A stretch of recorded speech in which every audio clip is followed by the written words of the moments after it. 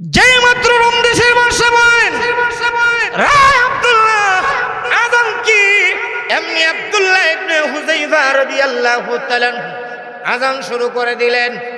আযানের ভিতরে আল্লাহর একাত্মবাদের কথা যেইভাবে আছে, তাওহীদের কথা যেইভাবে আছে, আল্লাহ রাসূলের রিসালাতের কথা আছে, মুহাম্মদ সাল্লাল্লাহু আলাইহি সাল্লাম তিনি আল্লাহর রাসূল।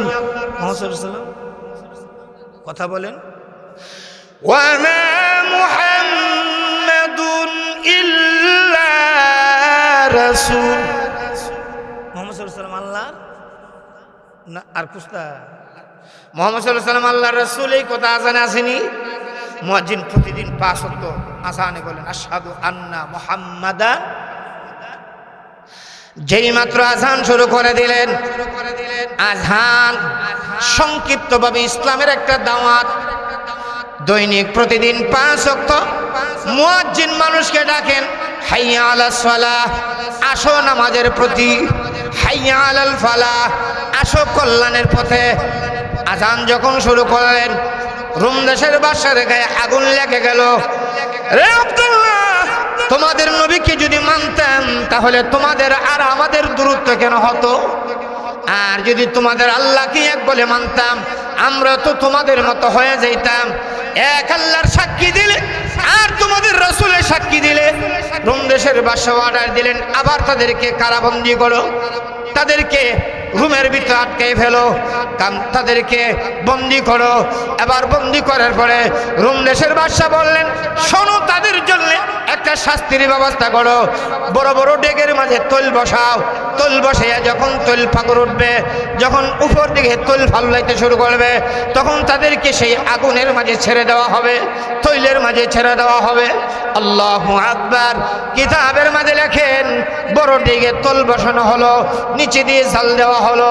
তৈল যখন উপরের দিকে টকবক টকবক করতে শুরু করলো, তখন আব্দুল্লাহ ইবনে হুযাইফা রাদিয়াল্লাহু তাআলা আনহুর সাথীদের মধ্য থেকে একজন দুর্বল সাথীকে ধরে নিয়ে ওই তেলের মাঝে ছেড়ে দেওয়া হলো।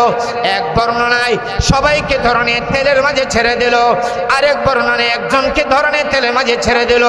যেই মাত্র ওই দুর্বল সাথীকে তেলে ছেড়ে দিলেন, এমনি আব্দুল্লাহ ইবনে হুযাইফা রাদিয়াল্লাহু তাআলা আনহু তিনি চোখ দিয়ে পানি ছেড়ে দিলেন, কান্না শুরু করলেন। রোম দেশের বাদশা ভাবলো, মনে হয় আব্দুল্লাহ ভয় পেয়েছে, মনটা নরম হয়েছে, এখন যদি আমার প্রস্তাবটি মেনে নেবে, আমার কথা যদি বলি মেনে নেবে। এই জন্য আব্দুল্লাহ ইবনে হুযাইফা রাদিয়াল্লাহু তাআলা আনহুকে রোম দেশের বাদশা বললেন, রে আব্দুল্লাহ, আমার পুরস্কার ঠিক আছে, প্রস্তাবও ঠিক আছে, তুমি যদি ইসলাম ধর্ম ছেড়ে দাও 3টা পুরস্কার দিব বলেছিলাম, ঠিকই আছে, পুরস্কারগুলি পেয়ে যাবে।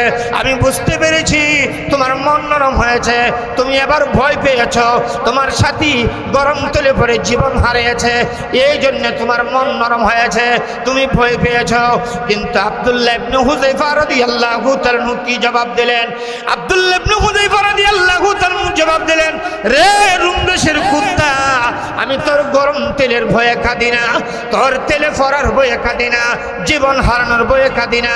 আমার কান্নার কারণটা জান, আমার কান্নার কারণটা শোন। আমি কান্দি, আমার কান্নার কারণ হলো, যাকে তুমি তোমার গরম তেলে ছেড়ে দিলে সে ছিল আমার মামুর, আমি হলাম তার আমির। আমি যদি বলতাম বসে থাকো, সে বসে থাকতো। আমি যদি বলতাম রণাঙ্গনে ঝাঁপায়ে পড়ো, সে যুদ্ধের ময়দানে ঝাঁপায়ে পড়তো। আমি যদি বলতাম পানিতে ঝাঁপায়ে পড়ো, পানিতে ঝাঁপায়ে পড়তো।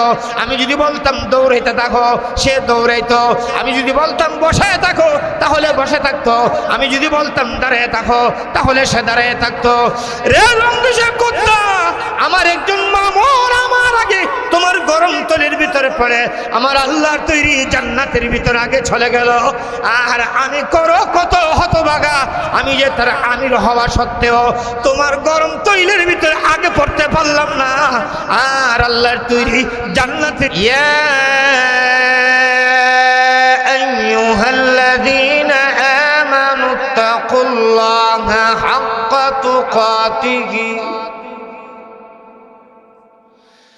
ওয়ালা তামুতুন্না ইল্লা ওয়া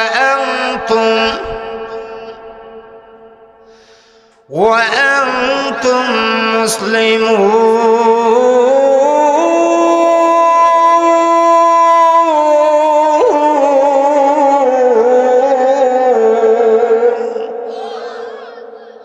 আল্লাহ ডাক দিছে, হে ইমানদারেরা, ইয়া আইয়ুহাল্লাযীনা আমানু, হে ইমানদারেরা, তোমরা আমাকে যথার্থভাবে ভয় করো, ভয় করার মতন ভয় করো, আর মুসলমান না হইয়া মরো না।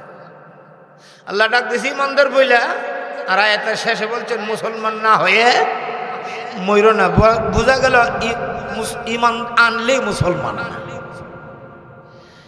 ইমান, আল্লামা মুফতি শফি রাহমাতুল্লাহ আলাইহি তাফসীরে মারিফুল কোরআনে ইমানের সংজ্ঞাটি থেকে তিনি বলেন, ইমান বলা হয় আল্লাহর পক্ষ থেকে রাসূলের মাধ্যমে যে সংবাদ আসছে তাকে বিশ্বাস করার নাম ইমান। তাকে বিশ্বাস করার নাম। আল্লাহ আছে আমরা কেউ দেখছি, কিন্তু রাসূলে বলছেন আল্লাহ আছে, আমরা বিশ্বাস করছি নি। ফেরেশতা আমরা কেউ দেখছি, রাসূল বলছেন ফেরেশতা আছে, আমরা বিশ্বাস করছি নি। আমরা জান্নাত দেখছি, রাসূল বলছেন জান্নাত আছে, আমরা বিশ্বাস করছি নি।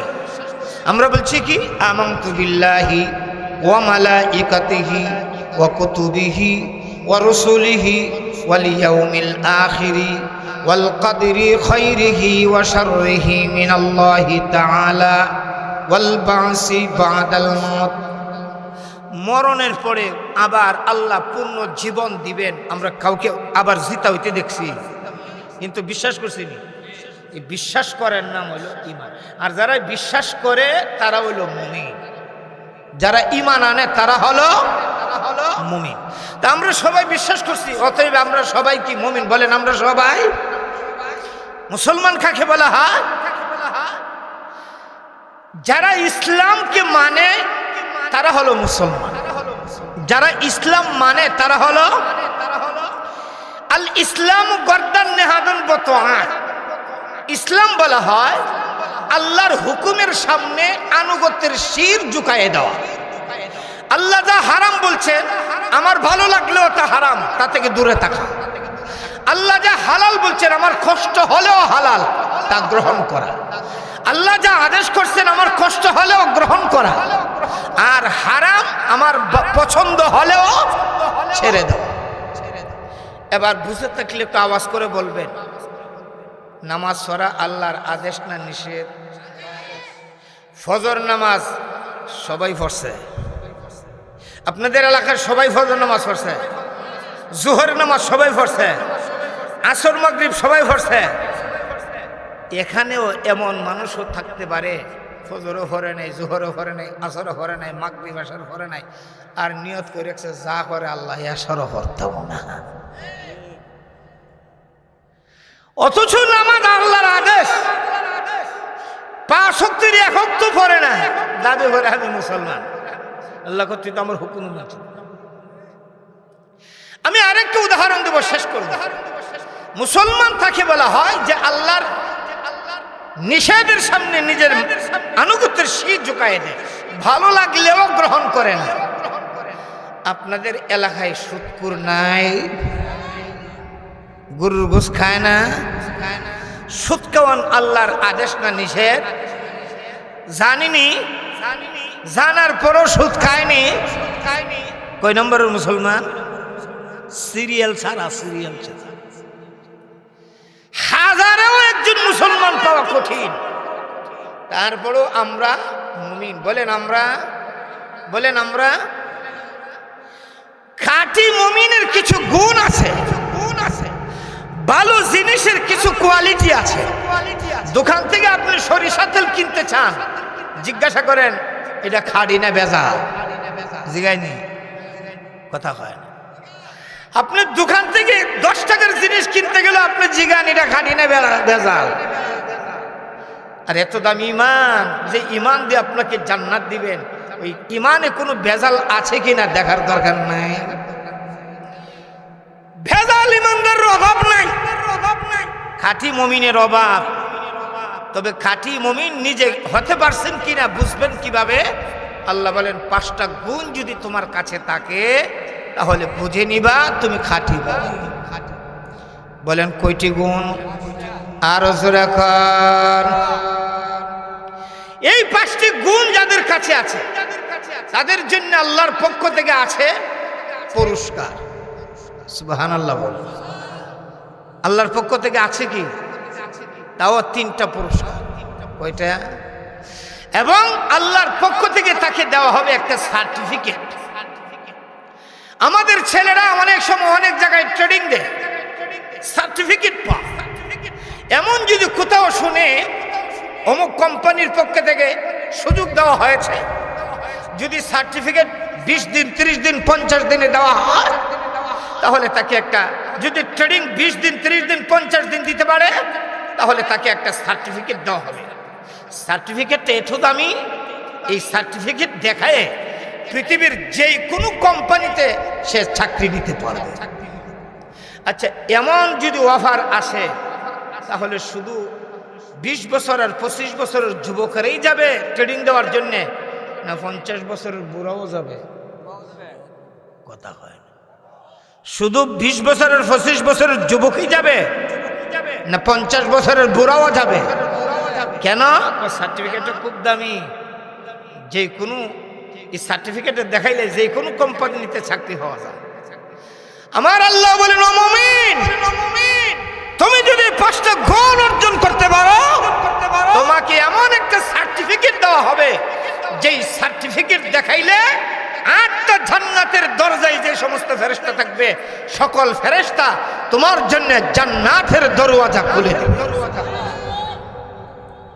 এখন আপনার কোন সার্টিফিকেটের দরকার? যে সার্টিফিকেট দিয়ে দুনিয়া চাকরি লওয়া যায়, না জান্নাতে যাওয়া যায়? ওই জান্নাতে যদি যেতে চান, তাহলে একটা সার্টিফিকেটের দরকার আছে না নাই? এই সার্টিফিকেট নিতে হলে কয়টা গুণ অর্জন করতে হবে? আগে আসুন গুণগুলা কি, তারপরে সার্টিফিকেটটা কি, পুরস্কার কি। আয়াতের তর্জমাটা শুনুন, এই আয়াতের তর্জমার ভিতরে সব আছে।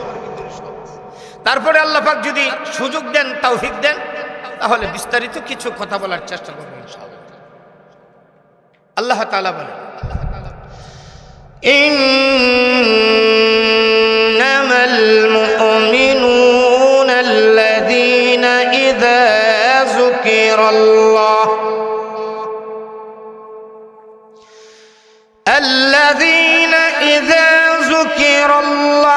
ওয়াজিলাত কুলুবুহুম ওয়া ইযা তুলিয়াত আলাইহিম আয়াতুহু যাদাতুহুম ঈমানা ওয়া আলা রাব্বিহিম ইয়াতাওয়াক্কালুন।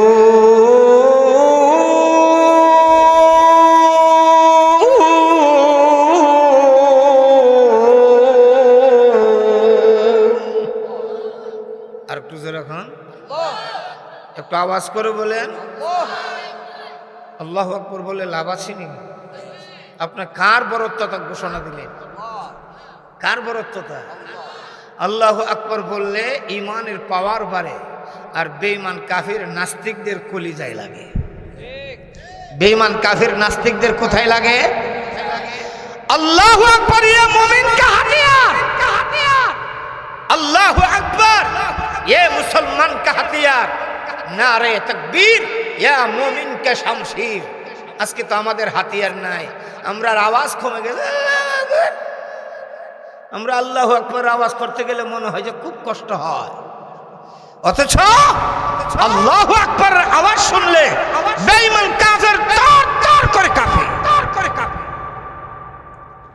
সোশ্যাল মিডিয়া ভাইরাল হয়েছে, হয়তো আপনাদের স্মরণ থাকার কথা, গত 2 বছর আগে ভারতের হাইকোর্ট থেকে রায় হলো, কোন মুসলিম নারী বুরকা পরে কলেজের আঙ্গিনায় যেতে পারবে না, কলেজে যেতে পারবে না। আমাদের এক বোন মুস্কান, সে জেদ ধরেছে বুরকা পরেই কলেজে যাবে। ওই মুস্কান একা একা বুরকা পরে যখন ভার্সিটির আঙ্গিনায় ঢুকলো, তখন দেখা গেল ওই ভারতের কিছু হিজড়া মার্কার যুবক হিন্দু ওই মুস্কানের চতুর্দিকে ঘিরে ফেললো এবং তার একটা স্লোগান তুললো, জয় শ্রীরাম, জয় শ্রীরাম। শত শত যুবক জয় শ্রীরাম স্লোগান তুলেছে।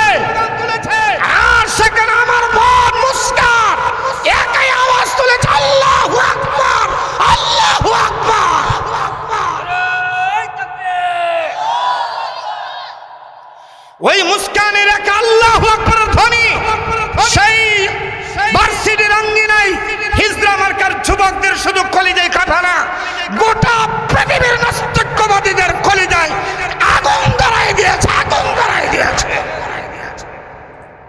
আল্লাহু আকবার, এটা মুসলমানের হাতিয়ার।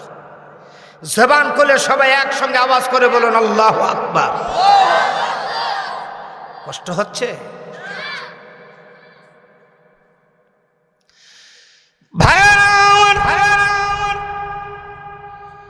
আল্লাহ রাব্বুল আলামিন বলেন, হ্যাঁ পৃথিবীর ঈমানদারেরা শুনে নাও, সত্যিকারের মুমিন, সত্যিকারের মুমিনের গুণ হলো ইন্নামাল মুমিনুনা আল্লাযীনা ইযা যুকিরাল্লাহু ওয়াজিলাত কুলুবুহুম। সত্যিকারের মুমিন তো তারা আল্লাহর নাম শোনার পরে, আল্লাহর জিকির শোনার পরে, আল্লাহর জিকির করার পরে, আল্লাহর নাম স্মরণ করার পরে যাদের অন্তর কেঁপে ওঠে, আল্লাহর নাম শোনার সঙ্গে সঙ্গে সত্যিকারে মুমিন যারা, তাদের অন্তর প্রকম্পিত হয়ে ওঠে। জোরে বলেন আল্লাহু আকবার। ওয়াইযা তুলিয়াত আলাইহিম আয়াতুহু যাদুহুম ঈমানা।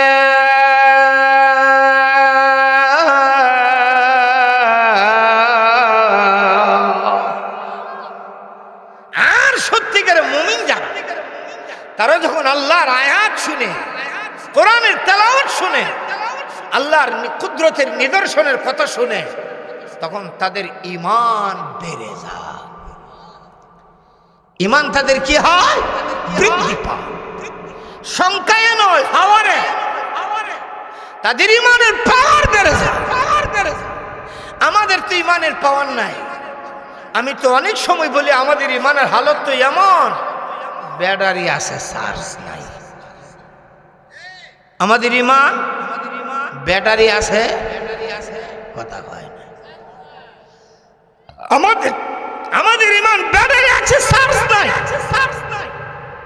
চার্জ নাই, ব্যাটারি মোবাইলে থাকলে চলে তো, বন্ধ হয়ে যায়। যেই কারণে আমরাও বন্ধ হয়ে যায় এক কাপ চার সামনে স্টলে বইয়ে, যখন এক কাপ চা খাওয়াইলা তখন দেখা যায় দল পাল্টাইলা। এক কাপ চা খাই কি পাল্টাইলা? এক কাপ চা খাই আর 500 টাকার নোট পাইলে তো বিক্রি হয়ে যায়। 500 টাকার নোট পাইলে কি হয়ে যায়? ওয়ালা রাব্বিহিম ইয়াতাওয়াক্কালুন।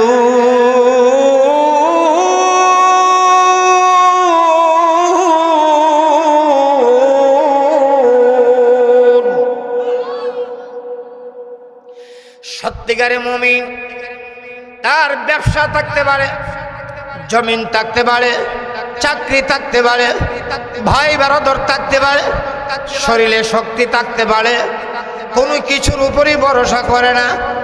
ভরসা করে একমাত্র কার উপর? জোরে বলুন। সত্যিকারে মুমিনের ভরসা। আর আমরার ভরসা ক্ষেত খামারের উপরে, চাকরির উপরে, দোকানের উপরে। আমাদের ভরসা শরীরের গায়ে শক্তি। কয়টা গেছে? কয়টা গুণ গেছে? 1 নাম্বার, সত্যিকারে মুমিন আল্লাহর নাম শুনলে তার অন্তর ক্ষেপে ওঠে। 2 নাম্বার, কোরআনের তেলাওয়াত শুনলে তার ঈমানের পাওয়ার বাড়ে। 3 নাম্বার, মুমিন ভরসা কার উপরে করে? 4 নাম্বার, আল্লাযীনা ইউকিমুনাস সালাত। মুমিন নামাজ কায়েম করে। মুমিন কি করে? কয় নাম্বার হইছে? 5 নাম্বার। ওয়া মিম্মা রাযাকনাহুম ইউনফিকুন।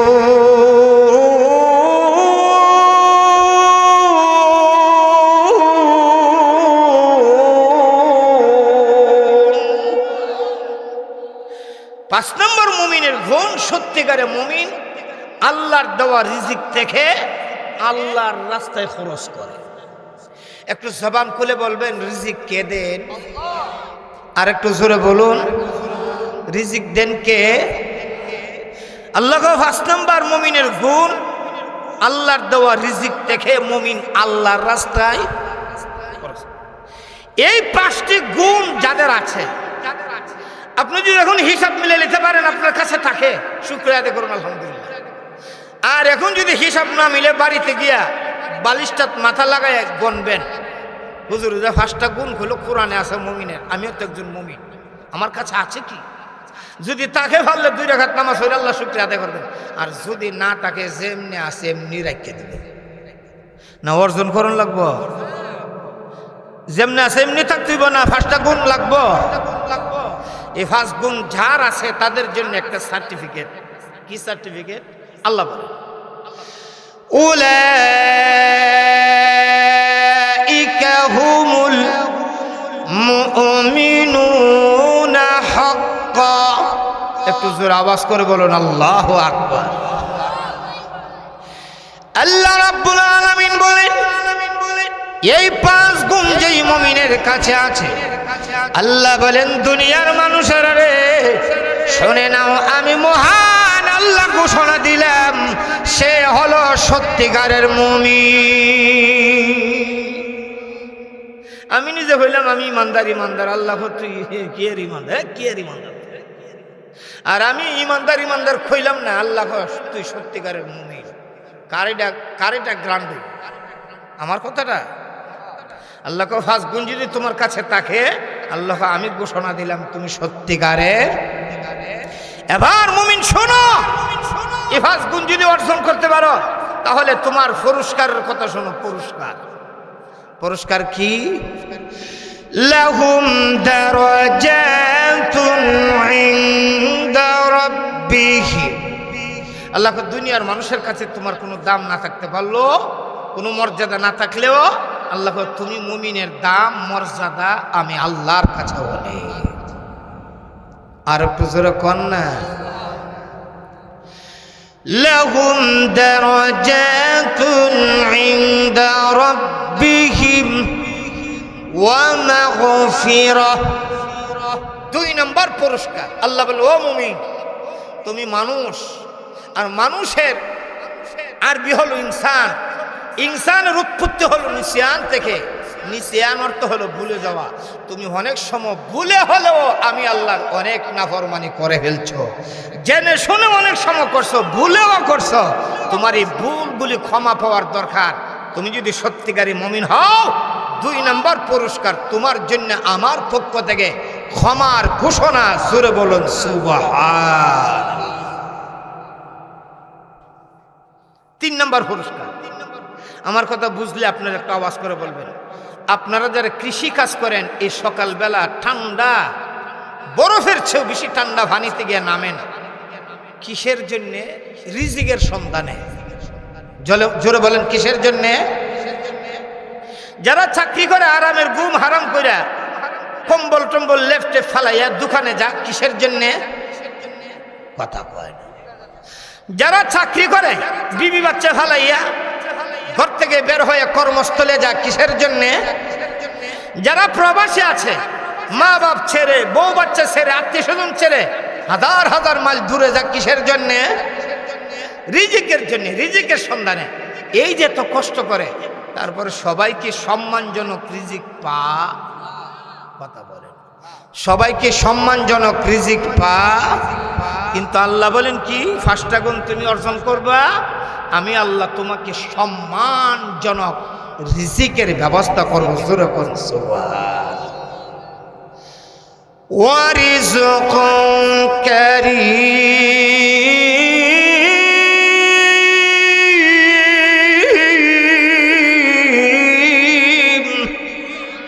আর একটু জোরে কোন আল্লাহু আকবার। আল্লাহ তুমি 5টা গুণ অর্জন করো, আমি আল্লাহ তোমার জন্য সম্মানজনক রিজিকের ব্যবস্থা করব। কোথায় থেকে করবো তুমি কল্পনাও করতে পারবে না। আল্লাহু আকবার। আমরা রিজিকের জন্য ফেরাসানি করি। কিন্তু আল্লামা বরহুজুর রহমতুল্লাহ আলাইহি ব্রাহ্মণবাড়িয়া, উনি কি রিজিকের জন্য দৌড়াইতেন না রিজিক ফিসাতে দৌড়াইতেন? জিল্লতির সাথে না ইজ্জতের সাথে, সম্মানের সাথে। আল্লাহওয়ালা বুজুর্গদেরকে আল্লাহ সিস্টেম করে দিছে সম্মানের সাথে।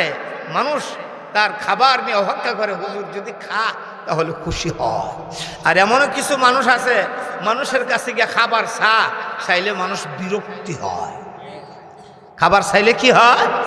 আর আল্লাহওয়ালারা খাবার চাওয়ান লাগে না, মানুষ লাইন ধরে থাকে, না খাইলে কষ্ট হয়, খাইলে খুশি হয়। আল্লাহকে 5টা গুণ অর্জন করো, আমি তোমার জন্য কি রিজিক দিব? সম্মানজনক। এই হলো আয়াতের মোটামুটি তর্জমা। এবার আসুন, এই আয়াতে আল্লাহ মুমিনের কয়টা গুণের কথা বলছেন? 5টা। নাম্বার 1, মুমিন যখন আল্লাহর নাম শুনে, আল্লাহর জিকির করে, তার অন্তর কেঁপে ওঠে। নাম্বার 2, আল্লাহর তেলাওয়াত শুনলে, আয়াত শুনলে ঈমান বাড়ে। নাম্বার 3, মুমিন কার উপরে ভরসা করে? নাম্বার 4, মুমিন নামাজ কায়েম করে।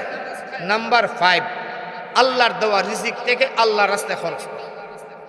এই 5টা গুণের বিস্তারিত যদি একবারে সংক্ষিপ্তের মাঝে যদি কিছু বিস্তারিত করতে হয়, তাহলে কমপক্ষে 5 ঘন্টার দরকার।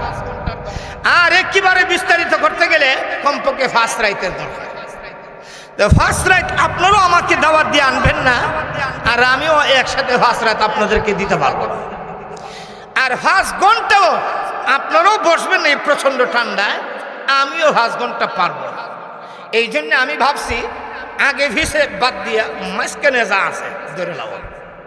কারণ আরবিতে একটা প্রবাদ কথা আছে, খাইরুল উমরি আওসাতুহা। এই জন্য আমি মাঝখানে যা আছে, প্রথম 2টা বাদ দিলাম, শেষের 2টা সম্ভব হলে গেলাম, আর সম্ভব যে হবে না এটাও শিওর। আর মাঝখানে যা আছে তারে একটু সংক্ষিপ্ত কিছু কথা বললাম। সেটা হলো কি, ওয়ালা রাব্বিহিম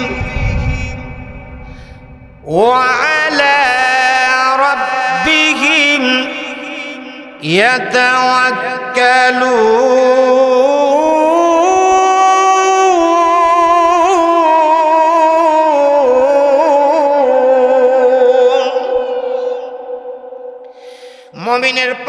মুমিনের 5 গুণের 3 নম্বর গুণ, মুমিন ভরসা করে কার উপর? আরেকটু জোরে বলুন, একটু মিলাইবেন। আমার ভরসা আল্লাহর উপর থাকে কি না, আমি আল্লাহর উপর ভরসা করি কি না। আমাদের সমাজে কিছু মানুষের ভরসা তার চাকরির উপর, কিছু মানুষের ভরসা তার জমির উপর, কিছু মানুষের ভরসা ছেলের উপর। জিজ্ঞাসা করে দেখবেন, ভাই চলো কিভাবে, কেমনে চলছো? ভাই বলিস না, ফুল একটা বিদেশ আছে, যদি এটা বিদেশ না যাইতো মারা গেছিলাম, সর্বনাশ হয়েছে। তাহলে তার ভরসা কথা হয়। জিজ্ঞাসা করবেন, ভাই কিভাবে চলো, কেমনে চলো? ভাই এই যে বন্যা গেল না, এই বন্যার সময় তো সব জমি জমা ফাইনে নিছে না, কিন্তু বাড়ির ভাষায় একটা জমি আছে বিশ্রা, এটা টান, এটা তখন বাচ্ছি। ভাই আমার তো বেশি জমি জমা নাই, ওই গাঙ্গের ঘরে একটা ক্ষেত আছে, এই ক্ষেতটাই বাচ্ছি, নাইলে মার হয়ে গেলাম। আসেনি? জিজ্ঞাসা করেন কিভাবে চলো? ও ভাই যেমন একটা চাকরি লইছিলাম, আমি চাকরিটা থাকাতে চলছি, নাইলে মার হয়ে দিলাম। তাহলে তার ভরসা কার উপরে? একজনের ভরসা জমির উপর, আরেকজনের ভরসা ছেলের উপর, আরেকজনের ভরসা, আর একজনের চাকরিও নাই, ছেলেও নাই, জমিও নাই। তার যে গেলে হে বেড়া কেমনে চালাস? ও ভাই আমার তো কিচ্ছু নাই জানেন, তবে জানটা বালা আছে, রিক্সাটা নিয়ে বের হয়, সকালে বাইরে ওই বিকালে 1000 টাকা করে ফিরে যায়। জানটা যতদিন বালা থাকে ওদিন কোনো চিন্তাই নাই। তার ভরসা কার উপরে? জানের উপরে। তার ভরসা কার উপরে? আমার শরীরে শক্তিটা আছে, এখন এই শক্তি দিলেন কে? তোমার যে শক্তি মারা, তুমি যে শক্তিওয়ালা, রিক্সাটা টান দিয়ে গ্যারেজ থেকে বাইরিব, রিক্সাটা গ্যারেজ থেকে বাইর করতেছে, এমনি দেখা যায় নাবির উপরে একটা সিফা মারছে। গ্যারেজের দরজা তুই রিক্সাটা হালাইয়া দৌড়ে বাথরুমে গেছে, গিয়া খালি বাথরুমে বসে আর নিচে ছনছনাইয়া ছুটছে পাতলা পায়খানা। প্রথমবার গিয়াই মাশাআল্লাহ একটু আওয়াজ হয়ে গেছে, আবার বাথরুম থেকে খালি রিক্সার হ্যান্ডেল হয়ে ধরছে, আবারও সিফাটা মারছে, আবার দৌড়ে গেছে। এইভাবে যদি 3 বার, বেশি লাগে না, পাতলা পায়খানা হয়ে যায়, আর চলবো নি রিক্সা চালানি? চলবো? আমার আল্লাহ বলেন, রে বাংলা, তোমার শরীরের গায়ের শক্তির উপরে তুমি ভরসা করলি, একটু চিন্তা করে দেখলি না বাংলা রে?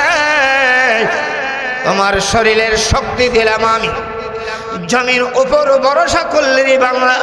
তোর মতন কত জমিওয়ালা, শত শত খানির মালিক, আপনারা খানি খন্ন বিঘা খন, এমন বহু সম্পদওয়ালা ছিল, আমি আল্লাহ ভিক্ষার তালা হাতে দিয়ে রাস্তায় নামায়া দিলাম।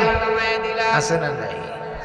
তুমি চাকরির উপর ভরসা করলে রে বাংলা, যেই চাকরির ভরসা করলে, সকালে গিয়ে চাকরিতে জয়েন দিলে, বিকাল বেলা তোমার চাকরি চলে যাওয়ার সম্ভাবনা আছে না নাই? আসেনি?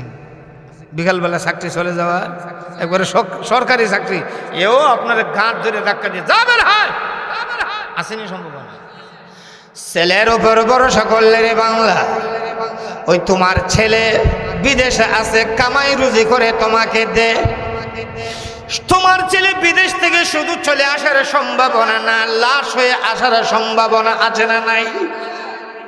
তুমি যার উপর ভরসা করলে, সে তোমার আগে পৃথিবী থেকে বিদায় নেওয়ার সম্ভাবনা আছে না নাই?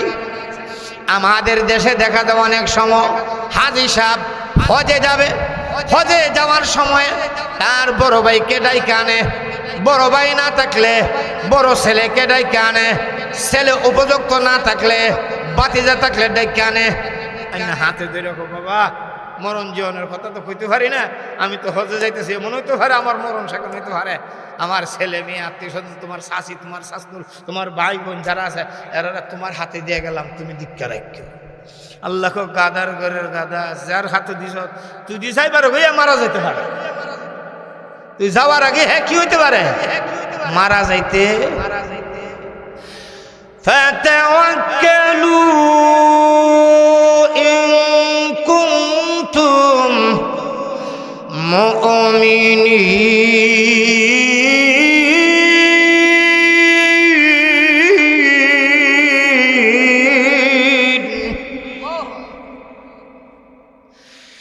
আল্লাহ বলেন,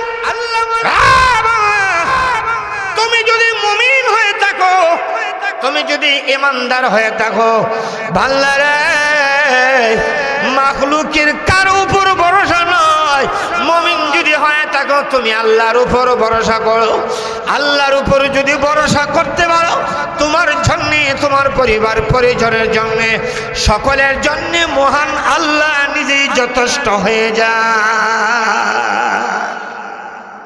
আল্লাহর উপর যারা ভরসা করে তাদের জন্য যথেষ্ট কে? আর একটু রাখুন, وَمَن يَتَوَكَّلْ عَلَى اللَّهِ فَهُوَ حَسْبُهُ। একটু রাখুন, আল্লাহু আকবার। আল্লাহ বলেন, যারা আল্লাহর উপর ভরসা রাখে, আল্লাহর উপর, আল্লাহ বলেন তাদের জন্য মহান আল্লাহ নিজেই যথেষ্ট হয়ে যায়। ভাইরা আমার, আল্লাহর উপর ভরসা করাটা কঠিন, কিন্তু ফলাফল বড় সুস্বাদু। উলামায়ে কেরাম, মুফাসসিরিনে কেরাম কিতাবের মাঝে লেখেন, আল্লাহর উপর ভরসা করতে হলে ওই লোকটার কয়েকটা গুণ থাকতে হবে। নাম্বার 1, নির্ভেজাল ঈমান থাকতে হবে। কি ঈমান? নির্ভেজাল শব্দটা লাগাইতে হবে, কারণ এখন ইমানদারের মাঝে ভেজালের অভাব নাই। নির্ভেজাল ঈমান থাকতে হবে। নির্ভেজাল, আমার ঈমান নির্ভেজাল কিনা বুঝবো কিভাবে? আল্লাহ বলেন, আমার সাহাবায়ে কেরাম, আমার নবীর সাহাবায়ে কেরামের ঈমানের সাথে মাপ দাও। যদি তোমার ঈমান আমার নবীর সাহাবায়ে কেরামের ঈমানের মতো হয়, বুঝবে তুমি নির্ভেজাল ইমানদার। আর যদি আমার নবীর সাহাবায়ে কেরামের মতন ঈমান আনতে না পারো রে বাংলা, বুঝবে এখনো তোমার ঈমান নির্ভেজাল হয় নাই, তোমার ঈমানে ভেজাল রয়েছে। আমার ঈমান মাপকাঠি হলো নবীর সাহাবায়ে। বলেন আমাদের ঈমান মাপকাঠি হলো নবীর সাহাবায়ে। এই জন্যই নবীর সাহাবায়ে কেরামকে বলা হয় মিয়ারে হক। কিন্তু আমাদের দেশে এক শ্রেণীর মুসলমান, এমন কি কিছু আলেমও আছে, তারা সাহাবায়ে কেরামকে মিয়ারে হক মানতে রাজি না।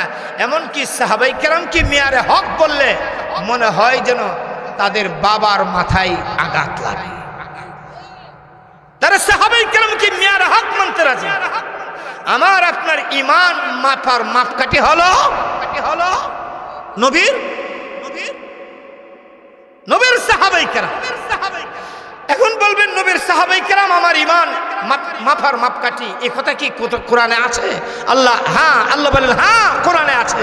আল্লাহ বলেন হে ঈমানদারেরা আমিনু কামা আমানান নাস এর অর্থ হলো মানুষ। কিন্তু সমস্ত তাফসীরের কিতাব, এমনকি তাফসীরে জালালাইন শরীফে এর ব্যাখ্যায় আসছে আই আসহাবুন নবী সাল্লাল্লাহু আলাইহি ওয়াসাল্লাম। নাসের ব্যাখ্যা হলো নবীর সাহাবায়ে কেরাম। চিল্লায়ে বলেন সুবহানাল্লাহ। সাহাবায়ে কেরামের ঈমান ছিল পাহাড়ের চেয়ে মজবুত, ঝড় তুফানে ঈমান নড়ে ছড়ে নাই।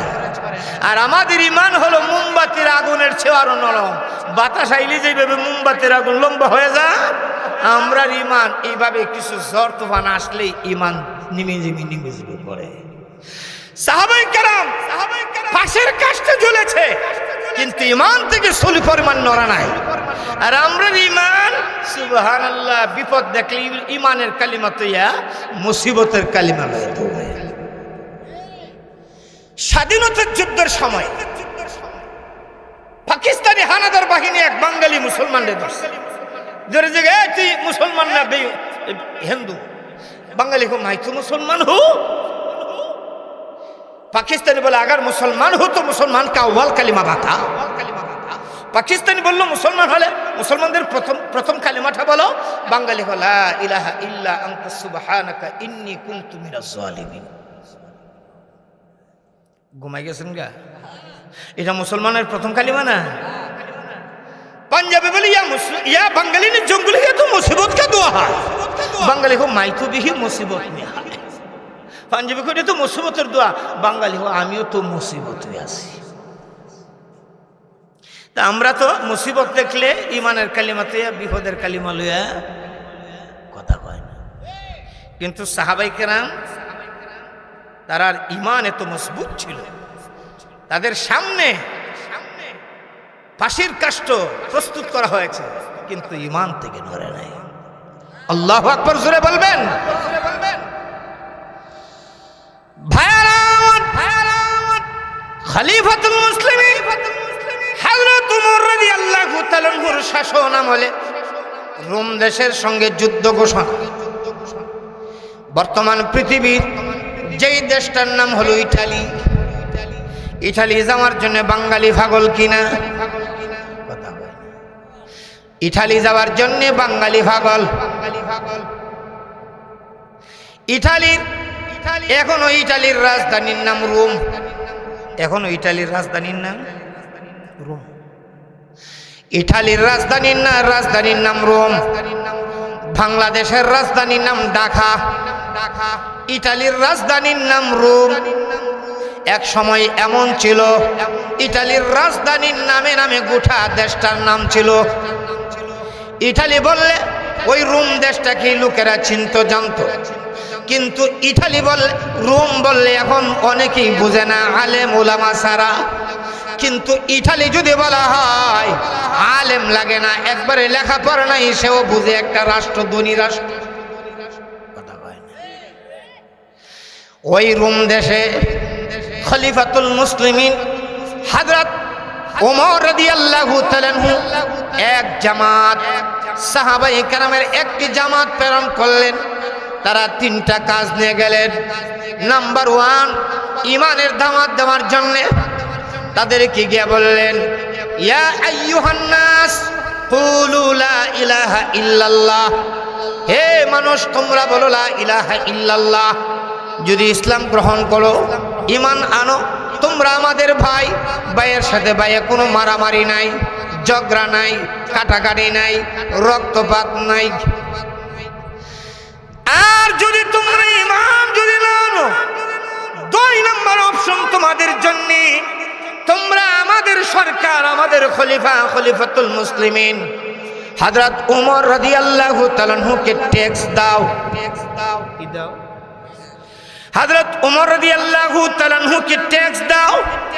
যদি তোমরা আমাদের খলিফা হযরত ওমর রাদিয়াল্লাহু তাআলা আনহুকে যদি ট্যাক্স দাও, তাহলে তোমাদের সঙ্গে আমাদের কোনো মারামারি নাই, কাটাকাটি নাই, রক্তপাত নাই, খুনাখুনি নাই। আর শোনো, 2টার একটাও যদি না মানো, ঈমানও আনো না, আমাদের খলিফাকে ট্যাক্সও দাও না, ব্যাগ থেকে তরবারি বের করে দেখাইলেন, তোমাদের আর আমাদের মাঝখানে সমাধান হবে এই তরবারি। আল্লাহু আকবার, জোরে গান।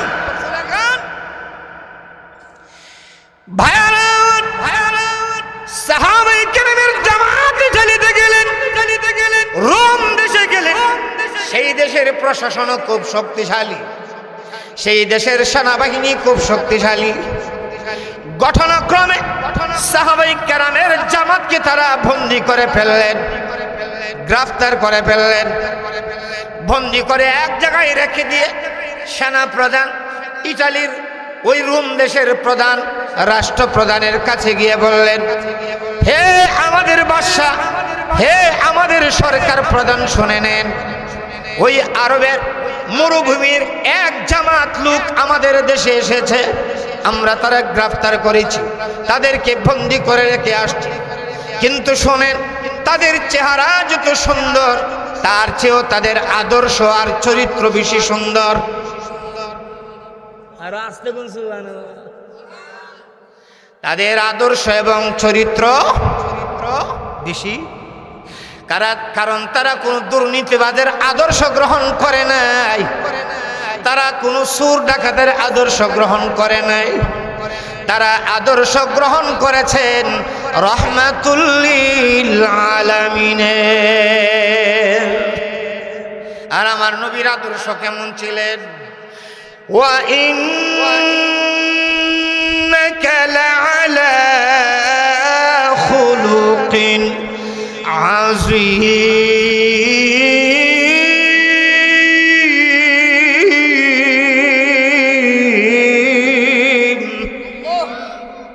আল্লাহ বলেন, আমার নবী তো তিনি মহান চরিত্রের অধিকারী। জোরে বলেন সুবহানাল্লাহ।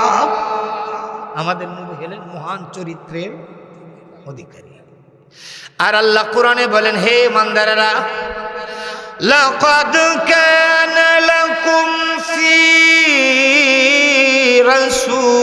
রাসূলিল্লাহি উসওয়াতুন হাসানাহ। আল্লাহ বলেন, পৃথিবীর মানুষ, আমার বন্ধুর জীবন আদর্শে তোমাদের জন্য রেখে দিয়েছি উত্তম আদর্শের নমুনা। তোমরা যদি আমার বন্ধুকে ফলো করতে পারো, আমার বন্ধুর আদর্শ গ্রহণ করতে পারো, দুনিয়া তো হবে দামি, আর পরকালে হবে জান্নাতি।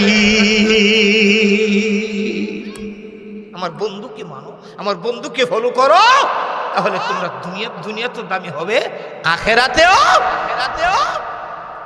সাহাবায়ে কেরাম তো আমার নবীর আদর্শ তালাশ করে করে আমার নবীর সুন্নাত পালন করতেন, পুঙ্খানুপুঙ্খানুভাবে নবীর আদর্শে আদর্শবান ছিলেন। ঠিক না বেঠিক? জোরে খান।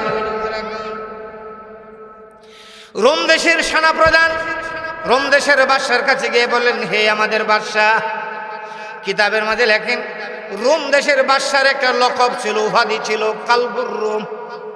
কালবুন শব্দের অর্থ কুত্তা। রোম মানে রোম দেশ। রোম দেশের বাদশার লকব ছিল, উপাধি ছিল রোম দেশের কুত্তা। বাদশার উপাধি কথা হয় না। যেমন আমাদের দেশের সাবেক প্রধানমন্ত্রী উপাধি হইল বাংলার ফেরাউন। বাংলার কথা হয় না, বাংলা বাংলা। কারণ ফেরাউনের যে চরিত্র উনার কাছে তা আছে, আসিন না নাই, এই জন্য বাংলা বাংলা। রোম দেশের কুত্তা, ওই রোম দেশের কুত্তার কাছে গিয়ে বললেন, শোনেন, আমাদের কারাগারে মুসলমানদের একদল যুবক, তাদের চরিত্র, তাদের আখলাক এত সুন্দর, চেহারার চেয়ে তাদের আখলাক আর চরিত্র বেশি সুন্দর, গ্রেফতার করে রেখে আস। তাদের এই আখলাক আর চরিত্রের কথা শুনে রোম দেশের বাদশা বললেন, তাহলে তাদেরকে তো আমিও দেখার দরকার, নিয়ে আসো, আমার এই কার্যালয়ে নিয়ে আসো। তবে শোনো, যেই রাস্তা দিয়ে আনবে সেই রাস্তায় একটা গেট সাজাবে। আপনাদের প্রোগ্রামে প্যান্ডেলে ঢোকার জন্য গেট আসেনি? কয়টা? দুইটা। এখানে একটা, কয়টা? আপনারা 2 দিন ওয়াজ শুনে গনেন একটা, আমি তো আইয়ে দেখতে গেছি। কয়টা গেট? কিসের? কাপড়ের। কিসের গেট? বাঁশ দেয়া, কাপড় দেওয়া।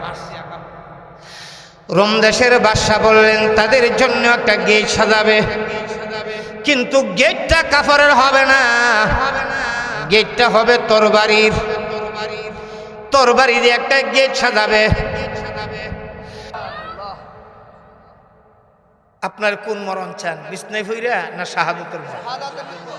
শাহাদাতের মরণ কারা কারা চান? 2টা হাত উঁচু করে দেখান। আল্লাহ আমাদের সকলকে শাহাদাতের মরণ নসিব করে, সকলে বলেন আমিন, আর জোরে বলেন আমিন। আমরা তো শাহাদাতের চান্স আসলে বলি যে হুজুর রাজাও, তোমরার জন্য সুযোগ।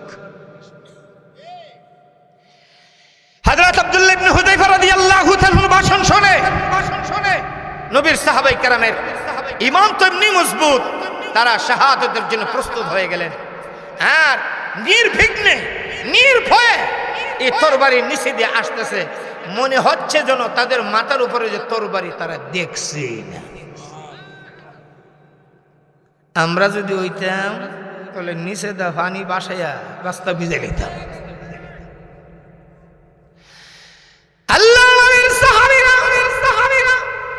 রোম দেশের বাদশার কামরার সামনে গিয়ে হাজির হলেন।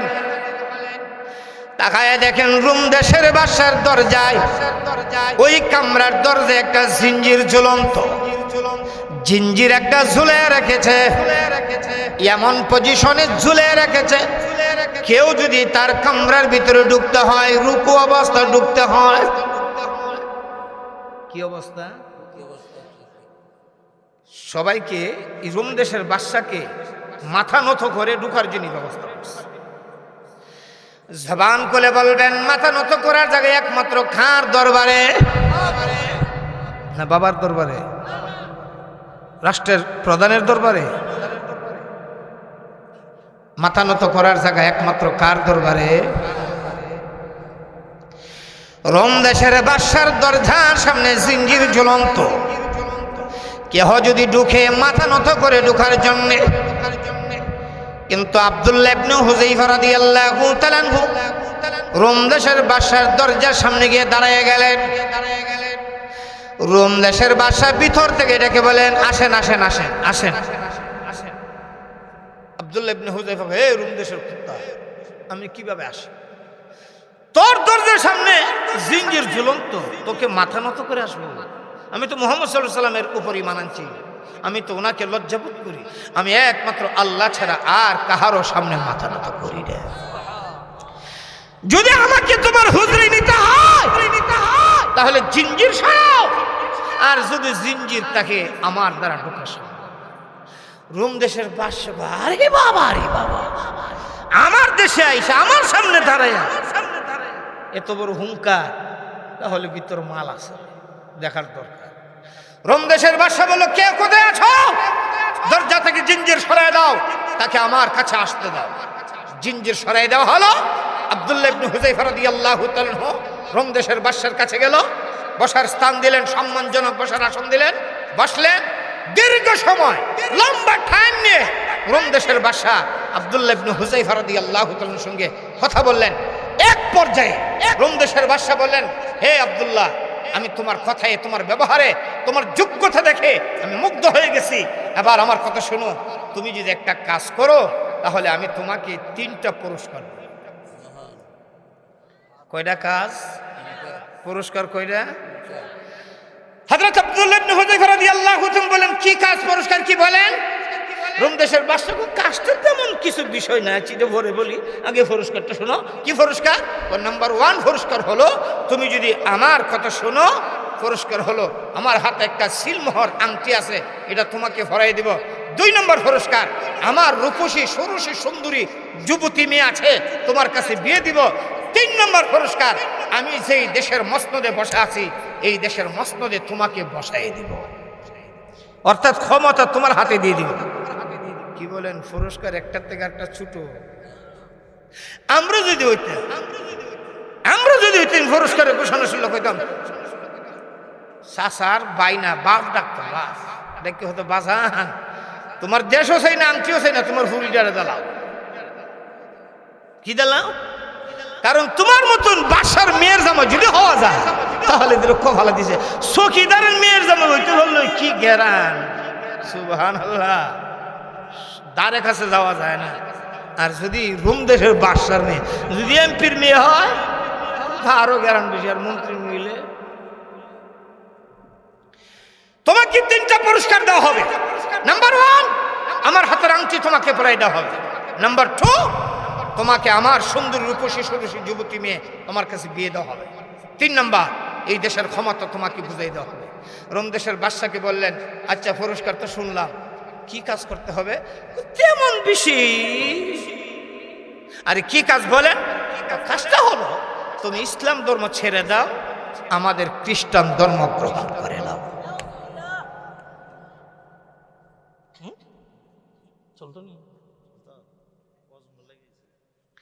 ইসলাম ধর্ম ছেড়ে দাও, খ্রিস্টান ধর্ম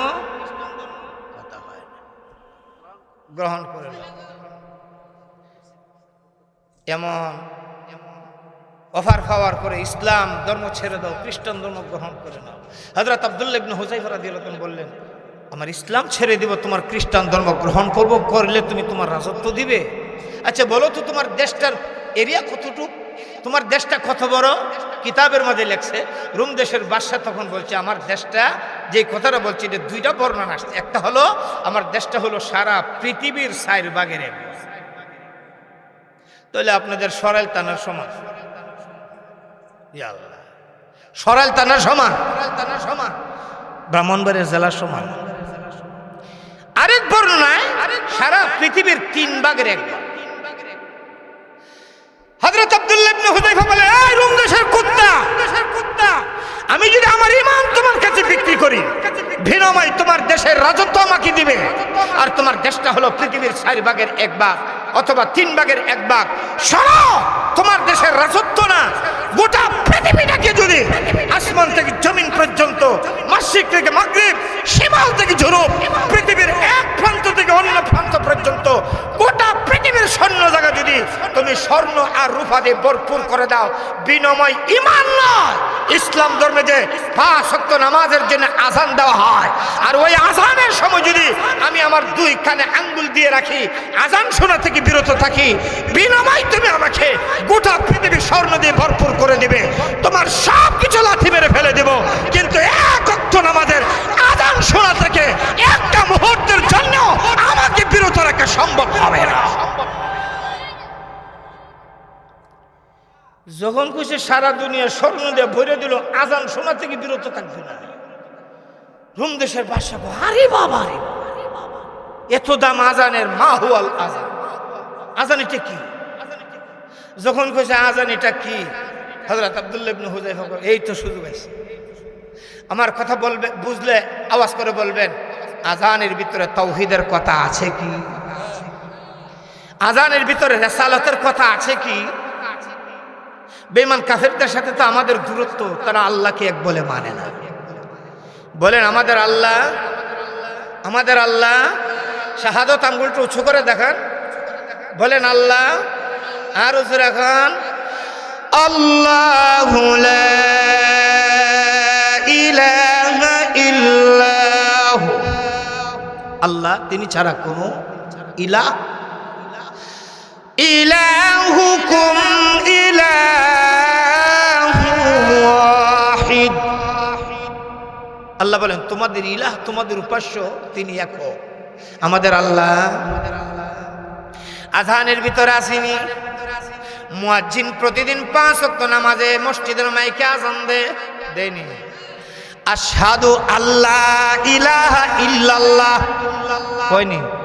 আমি সাক্ষী দিচ্ছি আল্লাহ ছাড়া কোনো ইলাহ, কোনো মাবুদ। যেই মাত্র রোম দেশের বাদশা বলেন রায় আব্দুল্লাহ আযান কি, এমনি আব্দুল্লাহ ইবনে হুযাইফা রাদিয়াল্লাহু তাআলা আযান শুরু করে দিলেন। আযানের ভিতরে আল্লাহর একাত্মবাদের কথা যেইভাবে আছে, তাওহীদের কথা যেইভাবে আছে, আল্লাহ রাসূলের রিসালাতের কথা আছে, মুহাম্মদ সাল্লাল্লাহু আলাইহি সাল্লাম তিনি আল্লাহর রাসূল। মুহাম্মদ সাল্লাল্লাহু আলাইহি সাল্লাম কথা বলেন, ওয়া মা মুহাম্মাদুন ইল্লা রাসূল। মুহাম্মদ সাল্লাল্লাহু আলাইহি সাল্লাম আল্লাহ না আর কুস্তা, মুহাম্মদ সাল্লাল্লাহু আলাইহি সাল্লাম আল্লাহর রাসূল। এই কথা আযানে আসেনি। মুয়াজ্জিন প্রতিদিন 5 ওয়াক্ত আযানে বলেন আশহাদু আন্না মুহাম্মাদান। যেই মাত্র আযান শুরু করে দিলেন, আযান সংক্ষিপ্তভাবে ইসলামের একটা দাওয়াত। দৈনিক প্রতিদিন 5 ওয়াক্ত মুয়াজ্জিন মানুষকে ডাকেন, হাইয়া আলাস সালাহ, আসো নামাজের প্রতি, হাইয়া আলাল ফালাহ, আসো কল্যাণের পথে। আযান যখন শুরু করলেন, রোম দেশের বাদশার গায়ে আগুন লেগে গেল। রে আব্দুল্লাহ, তোমাদের নবীকে যদি মানতাম তাহলে তোমাদের আর আমাদের দূরত্ব কেন হতো? আর যদি তোমাদের আল্লাহকে এক বলে মানতাম আমরা তো তোমাদের মতো হয়ে যাইতাম। এক আল্লাহর সাক্ষী দিলে আর তোমাদের রাসূলের সাক্ষী দিলে। রোম দেশের বাদশা অর্ডার দিলেন আবার তাদেরকে কারাবন্দী করো, তাদেরকে রুমের ভিতরে আটকে ফেলো, তাদেরকে বন্দি করো। এবার বন্দি করার পরে রোম দেশের বাদশা বললেন, শোনো, তাদের জন্য একটা শাস্তির ব্যবস্থা করো। বড় বড় ডেগের মাঝে তৈল বসাও, তৈল বসাইয়া যখন তৈল ফাঁকর উঠবে, যখন উপর দিকে তৈল ফালাইতে শুরু করবে, তখন তাদেরকে সেই আগুনের মাঝে ছেড়ে দেওয়া হবে, তৈলের মাঝে ছেড়ে দেওয়া হবে। আল্লাহু আকবার। কিতাবের মাঝে লেখেন, বড় ডেগে তৈল বসানো হলো, নিচে দিয়ে জাল দেওয়া হলো। তৈল যখন উপরের দিকে টকবক টকবক করতে শুরু করলো, তখন আব্দুল্লাহ ইবনে হুযাইফা রাদিয়াল্লাহু তাআলা আনহুর সাথীদের মধ্য থেকে একজন দুর্বল সাথীকে ধরে নিয়ে ওই তেলের মাঝে ছেড়ে দেওয়া হলো। এক বর্ণনায় সবাইকে ধরে নিয়ে তেলের মাঝে ছেড়ে দিল, আরেক বর্ণনায় একজনকে ধরে নিয়ে তেলের মাঝে ছেড়ে দিল। যেই মাত্র ওই দুর্বল সাথীকে তেলে ছেড়ে দিলেন, এমনি আব্দুল্লাহ ইবনে হুযাইফা রাদিয়াল্লাহু তাআলা আনহু তিনি চোখ দিয়ে পানি ছেড়ে দিলেন, কান্না শুরু করলেন। রোম দেশের বাদশা ভাবলো, মনে হয় আব্দুল্লাহ ভয় পেয়েছে, মনটা নরম হয়েছে, এখন যদি আমার প্রস্তাবটি মেনে নেবে, আমার কথা যদি বলি মেনে নেবে। এই জন্য আব্দুল্লাহ ইবনে হুযাইফা রাদিয়াল্লাহু তাআলা আনহুকে রোম দেশের বাদশা বললেন, রে আব্দুল্লাহ, আমার পুরস্কার ঠিক আছে, প্রস্তাবও ঠিক আছে, তুমি যদি ইসলাম ধর্ম ছেড়ে দাও 3টা পুরস্কার দিব বলেছিলাম, ঠিকই আছে, পুরস্কারগুলি পেয়ে যাবে। আমি বুঝতে পেরেছি তোমার মন নরম হয়েছে, তুমি এবার ভয় পেয়েছ, তোমার সাথী গরম তেলে পড়ে জীবন হারিয়েছে, এই জন্য তোমার মন নরম হয়েছে, তুমি ভয় পেয়েছ। কিন্তু আব্দুল্লাহ ইবনে হুযাইফা রাদিয়াল্লাহু তাআলা আনহু কি জবাব দিলেন? আব্দুল্লাহ ইবনে হুযাইফা রাদিয়াল্লাহু তাআলা আনহু জবাব দিলেন, রে রোম দেশের কুত্তা, আমি তোর গরম তেলের ভয়ে কাঁদি না, তোর তেলে পড়ার ভয়ে কাঁদি না, জীবন হারানোর ভয়ে কাঁদি না। আমার কান্নার কারণটা জান, আমার কান্নার কারণটা শোন। আমি কান্দি, আমার কান্নার কারণ হলো যাকে তুমি তোমার গরম তেলে ছেড়ে দিলে সে ছিল আমার মামুর, আমি হলাম তার আমির। আমি যদি বলতাম বসে থাকো, সে বসে থাকতো। আমি যদি বলতাম রণাঙ্গনে ঝাঁপায়ে পড়ো, সে যুদ্ধের ময়দানে ঝাঁপায়ে পড়তো। আমি যদি বলতাম পানিতে ঝাঁপায়ে পড়ো, পানিতে ঝাঁপায়ে পড়তো। আমি যদি বলতাম দৌড়াইতে থাকো, সে দৌড়াইতো। আমি যদি বলতাম বসে থাকো, তাহলে বসে থাকতো। আমি যদি বলতাম দাঁড়িয়ে থাকো, তাহলে সে দাঁড়িয়ে থাকতো। রে রংদেশের কুত্তা, আমার একজন মামুর আমার আগে তোমার গরম তলির ভিতরে পড়ে আমার আল্লাহর তৈরি জান্নাতের ভিতরে আগে চলে গেল।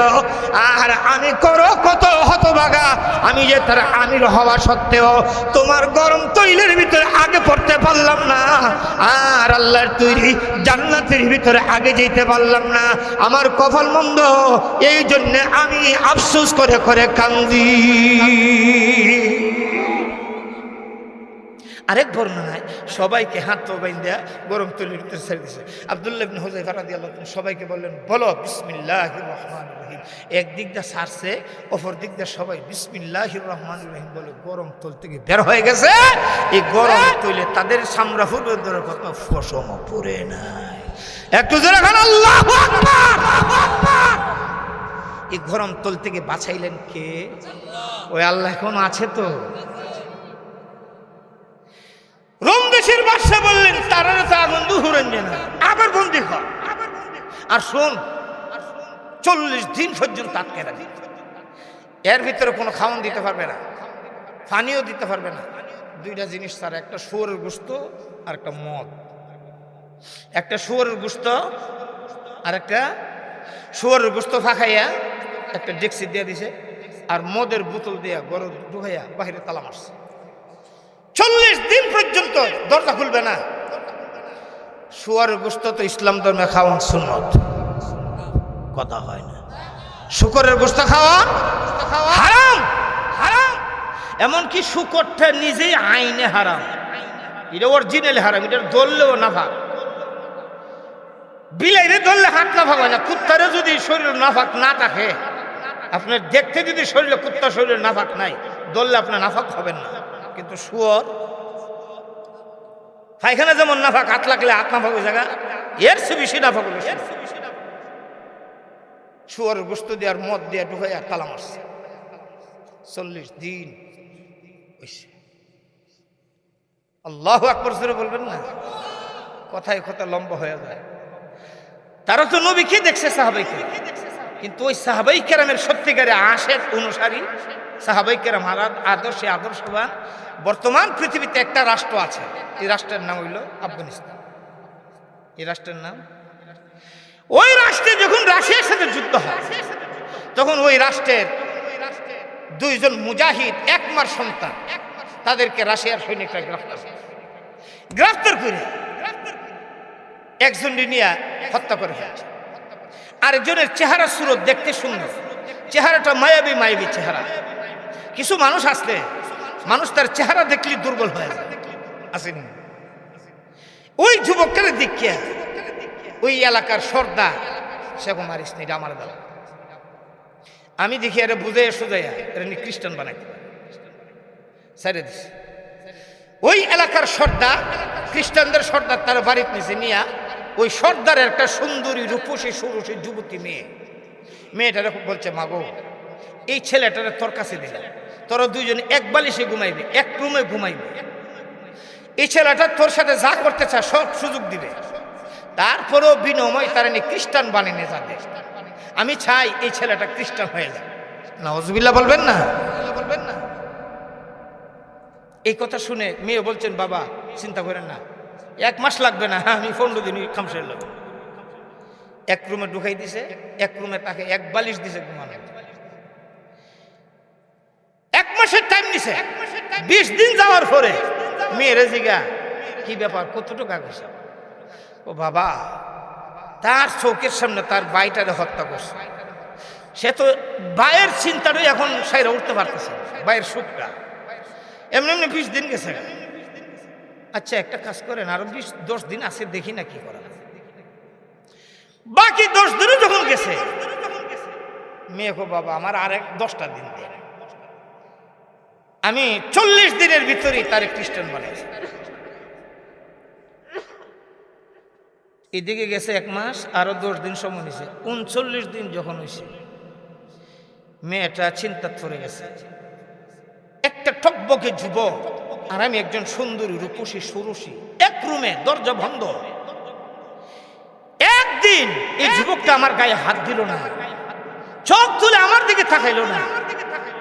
তাহলে তো আমি যে ধর্মে আছি, এই ধর্মের চেয়ে এই যুবকের ধর্মই শ্রেষ্ঠ। আরো আসতে সুবহানাল্লাহ। হাদিস শরীফে আসছে আল্লাহ রাসূল বলেন প্রত্যেকটা 40-এর পর একটা পরিবর্তন আসে মানুষের মাঝে। তবলিগের ভাইয়েরা যে তবলিগের সিল্লা 40 দিনে দিছে এটা মন করে না, এটা কোরআন হাদিস গাইটিয়া নির্যাস করে দিছে। প্রত্যেক 40-এর পর একটা কি আসে? পরিবর্তন আসে। 39 দিনের রাত্রে আগামীকাল 40 দিন, মানে রাত্র এসে 40 পুরো হয়ে গেছে।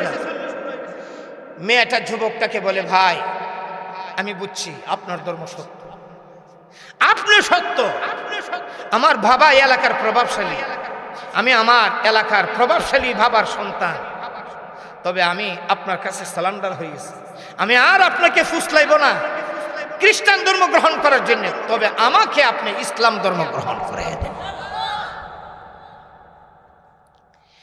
মেয়েটা যুবকের কাছে কালিমা পড়ে ইসলাম গ্রহণ করছে। এবার মেয়েটি প্রস্তাব দিছে আপনি তো আগে থেকে মুসলমান আর আমি এখন মুসলমান হয়েছি, দুইজন মুসলমান, আমার বাবা যদি শুনে আমিও মুসলমান হয়েছি, আপনারা তো খাটবো আমারও খাটবো, একটা কাজ করেন কি, আমার বাবার অনেক দৌড়ের ঘোড়া আছে, আমি 2টা ঘোড়া বের করে নিয়ে আসি, আমরা এলাকা ছেড়ে চলে যাই, আমরা এই এলাকা ছেড়ে চলে যাই। মেয়েটা তার বাবার ঘোড়ার ঘরে গেলেন, 2টা ভালো ঘোড়া বেছে আনলেন, ওই যুবক এক ঘোড়ায় উঠলো আর মেয়েটা আরেক ঘোড়ায় উঠলো। ঘোড়ায় উঠে যখন চাবুক মারলো, এলাকা ছেড়ে যখন বাহিরে চলে গেল, দেখে আরেকটা ঘোড়ার পায়ের আওয়াজ শোনা। সুবহানাল্লাহ। এখন এরা দুজনের ভিতরে পানি আসেনি, পানি আসেনি, এরা ভাবছে মনে হয় বাবা দিক্কা লাইছে, লোক পাঠাইছে, আমরা দেব। এখন বয়ে পিছন দিকে চায় না, খালি চাবুকে মারতেছে। এখন যতই যাইতেছে পিছনের ঘোড়ার পায়ের আওয়াজটা কাছে শুনতেছে। কিছুক্ষণ গিয়া ও দিক গেলই না, গাঁটটা ফিরাই দেখে পিছনে 2টা যুবক ঘোড়া দৌড়ে আসতেছে। আর ওই 2 যুবকের এক যুবক হলো ওই মুজাহিদের ভাই যাকে শহীদ করা হয়েছিল, সেই শহীদ মুজাহিদ। যেরকম সুবহান।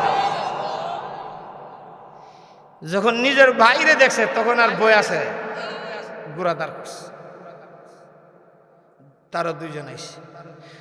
আসার পরে মুজাহিদ ইসলাম যা জীবিত আছে সে বললেন ভাই আপনার না শহীদ হয়ে গেলেন, তাহলে আপনি কিভাবে আসলেন? তখন ওই মুজাহিদ জবাব দিলেন, রে আমার ভাই, আমি শহীদ হয়েছি, ওই লোকেরা আমাকে হত্যা করেছে, শহীদ করেছে, কিন্তু তুমি শহীদ হও নাই, ইমানের পরীক্ষায় তুমি পাশ হয়েছ, উত্তীর্ণ হয়েছ। তোমার এই আদর্শ দেখে, চরিত্র দেখে মেয়েটাও কালিমা পড়ে মুসলমান হয়েছে। এতদিন তুমি ছিলে ইমানওয়ালা আর মেয়েটা ছিল খ্রিস্টান, তোমাদের মাঝে তুমি ওই মেয়েটার প্রতি একটা ঘৃণা ছিল, আজকে আর কোনো ঘৃণা নাই, তুমিও মুসলমান সেও মুসলমান, এই ঘৃণাটা দূর হয়ে গেল। এই সুযোগে শয়তান তোমাকে দুঃখা দেওয়ার জন্য পিছনে লেগে আছে। তাই মহান আল্লাহ আমরা 2জনকে প্রেরণ করেছে তোমাদের 2জনের বিবাহের সাক্ষী হওয়ার জন্য, তোমাদের মাঝে যেন কোনো দুর্ঘটনা না ঘটে, জিনা ব্যভিচারের মতন কোনো দুর্ঘটনাই যেন শয়তানে না নিতে পারে। তাই আমাদের 2জনকে সাক্ষী হওয়ার জন্য মহান আল্লাহ আমাদেরকে আবার দুনিয়াতে প্রেরণ করেছে। আমাদের 2জনের মাধ্যমে তোমরা ইসা আবার কবুল দিয়ে তোমরা 2জন স্বামী আর স্ত্রী হয়ে যাও। একটা কিতাব আছে, ওই কিতাবের নাম মরা লাশের কথা, ওই কিতাবের নাম মরা লাশে, সুবহানাল্লাহ বলবেন না, মরা লাশে কি হয়, ওই কিতাবই গঠন আছে। ভাইয়ারা আমার, আব্দুল্লাহ ইবনে হুযায়ফা রাদিয়াল্লাহু তাআলা আনহুকে হুজরার ভিতরে ঢোকাইয়া মদ আর শুয়ারের গোশত দিয়ে বাহিরে তালা মারলেন। 1 দিন গেল, 2 দিন গেল, 40 দিন হয়ে গেল। 40 দিন পরে তালা খুললেন, তাকায় দেখে শুকরের গোশত জায়গায় পড়ে আছে, মদ জায়গায় পড়ে আছে। আব্দুল্লাহ ইবনে হুযায়ফাকে রুম দেশের বাদশা কালবুর রুম ডেকে বলেন, রে আব্দুল্লাহ, তুমি কি মাসলা জানো না? তুমি কি ফতোয়া জানো না? তোমাদের ইসলাম ধর্মে তো বৈধ আছে, যদি জীবন রক্ষার জন্য হারাম জিনিস খাওয়ান যায় আছে। ইসলাম ধর্মে একটা মাসআলা আছে, 3 দিন 3 রাত যদি উপবাস থাকেন, হালাল খাবার যদি না খান, প্রাণ বাঁচানোর জন্য হারাম খাবারও কি হয়ে যায়? যতটুক পরিমাণে খাইলে জান বাঁচবে, অতটুক পরিমাণ খাওয়ান কি হয়ে যায়? ওই খ্রিস্টান ধর্মের রদুল্লাহ ইবনে হুযায়ফাকে বললেন, তুমি কি ফতোয়া জানো না? একজন খ্রিস্টান, সেও ফতোয়া জানে। সেও কি জানে? কথা জানে, সেও ফতোয়া। আর আমরা দেশের স্বৈরাচারী সরকারের প্রধান শেখ হাসিনা ফতোয়া জানেও না, ফতোয়া মানেও না, ফতোয়া জানেও না। ওই 96-তে ক্ষমতা দিয়ে ওই ফতোয়া বিরোধী আইন পাস করেছে। স্মরণ আছে না আপনাদের?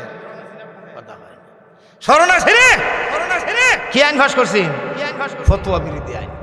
আর সেই ফতোয়া বিরোধী আইনের প্রতিবাদ করতে গিয়ে আমার ব্রাহ্মণবাড়িয়ার 7 কোরআনের পাখিকে শাহাদাত বরণ করতে হয়েছে। আল্লামা শাইখুল হাদিস রাহমাতুল্লাহি আলাইহি কারাগারে বন্দী করা হয়েছে। আল্লামা মুজাহিদ মিল্লাত আল্লামা মুফতি আমিন রাহমাতুল্লাহি আলাইহি নির্মমভাবে নির্যাতন করেছে, কারাগারে রিমান্ডে নিক্ষেপ করেছে। শেখ হাসিনার পতনের ডঙ্কা একদিন 2 দিনে বাজছে না, বহু দিনে বাজছে, বহু দিনে বাজছে। পাপের বয়স হয়েছে অনেক, লং টাইম পাপ। মুসলিম কান্ট্রির প্রধান হয়ে ফতোয়া জানেও না, মানেও না। আরেকজন খ্রিস্টান, সেও ফতোয়া জানে। ও মুসলমান ধর্মে তো যায় আছে জান বাঁচাইবার লেগে হারাম জিনিসও খাওয়ান যায়। দেখছি নি তার ফতোয়া। হযরত আব্দুল্লাহ ইবনে হুযায়ফা রাদিয়াল্লাহু তাআলা বললেন, এ রুম দেশের কুত্তা, আমি যদি এই শুয়োরের গোশত খাই লইতাম তোর তো কোনো রাগ হই থাকতো না, আর আমি তো আইসি তোর উসলেবের লেগে রাগ বাড়াই। আল্লাহু আকবার জোরে করেন। রুম দেশের বাদশা কয়, তোমার ছেড়ে দেব, তোমার সাথীদেরকে ছেড়ে দেব, একটা কাজ করি। কি কাজ? আমার কদম একটা সমাধা লাগবে। কদম বুঝি বলবো, রুম দেশের কুত্তা, তুই তো আমার বাবাও না, উস্তাদও না, তোর কদম বুঝি করতাম কি লেগে? তাহলে আমার কপাল একটা সমাধা লাও। আব্দুল্লাহ ইবনে হুযায়ফা রাদিয়াল্লাহু তাআলা একটা শর্ত সাপেক্ষে সমা দিতে পারি। কি শর্ত? আমি সমা দিব, আমার কাপড়টা তোর কপাল লাগে না, এরপরে সমা দিব। যেমনি হোক একটা সমা দিয়ে লাও। হযরত আব্দুল্লাহ ইবনে হুযায়ফা কাপড়টা রাখছে, রেখে সে এখানে সমা দিছে। আপনারা বুঝে থাকলে বলবেন এর কপালও দিছে না কাপড়ও দিছে। এই গাদার ঘরের গাদা তো বুঝছি না, সে মনে করছে কপালও সমা দিছে। আব্দুল্লাহ ইবনে হুযায়ফা রাদিয়াল্লাহু তাআলাকে বিরাট আকারের উপঢৌকন দিয়ে হাদিয়া দিয়ে বিদায় দিছে। আর একটা পত্র লাগছে হযরত খলিফাতুল মুসলিমিন হযরত উমর রাদিয়াল্লাহু তাআলার কাছে। পত্রটার মধ্যে লেখছে, উমর, তোমার এই দেশে, তোমার দেশের এই সৈনিক আব্দুল্লাহ যদি তোমার দেশের না হয় আমার দেশের হইতো, তাহলে আমি নিজে তার পূজা করতাম। নাউযুবিল্লাহ। সাহাবায়ে কেরামের ঈমান ছিল নির্ভেজাল। সাহাবায়ে কেরামের ঈমান ছিল কি? ভাইরা আমার, নির্ভেজাল ঈমান যদি আনতে পারেন আর লোভ মুক্ত জীবন যদি গঠন করতে পারেন, তাহলে আপনি আল্লাহর উপর ভরসা করা আপনার জন্য সহজ হবে। আর আল্লাহর উপর যারা ভরসা করে, আল্লাহ ঘোষণা দিয়েছে, وَمَن يَتَوَكَّلْ عَلَى اللَّهِ فَهُوَ حَسْبُهُ। আল্লাহ বলেন, রে বান্দা, আমার উপর ভরসা করলে তোমার সব কিছুর জন্যে আমি মহান আল্লাহ নিজেই যথেষ্ট হয়ে যাব। জোরে কোন সুবহানাল্লাহ। আল্লাহর উপর ভরসা করতে হলে 2 নাম্বার কোয়ালিটি থাকতে হবে, গুণ থাকতে হবে, লোভ থাকতে পারবে না। কি থাকতে পারবে না? কথা বলেন। কারণ লোভী মানুষ তারা কখনো সফল হয় না। আল্লাহ রসুল বলেন, আল হারিসু মাহরুম। নবী বলেন, লোভীরা হয় বঞ্চিত, লোভীরা হয় বঞ্চিত। হযরত ঈসা পয়গম্বর খাদেম সঙ্গে নিয়ে পথ চলতেছে, সঙ্গে খাবারের জন্য রুটি আছে। চলতে চলতে ক্লান্ত হয়ে গেলেন। ঈসা পয়গম্বর বললেন, খাদেমকে রুটি দাও। রুটি বের করলেন, খাদেম একটা রুটি খাইলেন, ঈসা পয়গম্বর রুটি একটা খাইলেন, আর একটা রুটি অবশিষ্ট রয়ে গেল। হযরত পয়গম্বর ঈসা আলাইহিস সালাম খাদেমকে বললেন, রাখো, সামনে আবার ক্লান্ত হয়ে গেলে প্রয়োজন হবে। কিন্তু 2 জন হাঁটতে হাঁটতে ক্লান্ত হয়ে গেলেন। আল্লাহর পয়গম্বর খাদেমকে বললেন, অবশিষ্ট রুটি দাও। খাদেম তো জানি না, এই বাটপারে খাইলিছে। বাটপারে কি করছে? আল্লাহর পয়গম্বর বললেন, একটা রুটি দিয়েছিল কোথায়? শেখো জানি না, আমার কাছে নাই। পয়গম্বর বুঝতে পেরেছে রুটি সে গোপনে খেয়ে ফেলেছে। তাই আল্লাহর পয়গম্বর সামনে গেলেন, গিয়া দেখেন মেঘনা নদী। মেঘনা নদী হয়েছে বুঝবার লেগে একটা নদী সামনে। নদী পারাপারের জন্য নৌকা নাই, খেওয়া নাই, কিচ্ছু নাই। আল্লাহর পয়গম্বর ঈসা আলাইহিস সালাম খাদেমের হাত ধরলেন আর বিসমিল্লাহির রহমানির রহিম বলে হাঁটা শুরু করলেন। নৌকা ছাড়া, খেওয়া ছাড়া, ব্রিজ ছাড়া নদী পার হয়ে গেলেন। অথবা আল্লাহর পয়গম্বর ঈসা আলাইহিস সালাম খাদেমকে ডেকে বললেন, রে খাদেম শুন, যে আল্লাহ তোকে আমাকে নৌকা ছাড়া, ব্রিজ ছাড়া, খেওয়া ছাড়া নদী পার করলেন, ওই আল্লাহর কসম দিয়ে বলছি ভল রুটি কি হয়েছে? সে এখনো বলে। আল্লাহর পয়গম্বর তাকে নিয়ে চললেন। সামনে দেখেন একটা হরিণ ছানা, হরিণের বাচ্চা দৌড়াচ্ছে। আল্লাহর পয়গম্বর হরিণের বাচ্চারা ডাক দিলেন, হরিণের বাচ্চা চলে আসলো। পয়গম্বর হরিণের বাচ্চা সবাই করলেন, বোনা করলেন, পাক করলেন। দুইজনে ওই গোশত খাইলেন, হাড্ডিগুলি এক জায়গায় রেখে দিলেন। আল্লাহর পয়গম্বর ঈসা রুহুল্লাহ হাড়গুলি কি বললেন? কুম বিইজনিল্লাহ, আল্লাহর হুকুমে জিন্দা হও। বলতে দেরি হয়েছে, ওই হরিণের বাচ্চা আগের মতন হইতে মুহূর্তের দেরি হয় না। হরিণের বাচ্চা চলে গেছে। আল্লাহর পয়গম্বর কয়, হে খাদেম, যে আল্লাহ তোরে আমার হরিণের গোশত খাওয়াইলো, আবার ওই হরিণের হাড্ডি থেকে আল্লাহ হরিণ বানাইলো, ওই আল্লাহর কসম দিয়ে বলছি ভল রুটি কি হয়েছে? শেখো। আল্লাহর পয়গম্বর খাদেমকে নিয়ে চললেন। সামনে গিয়ে দেখেন একটা বালুর মাঠ।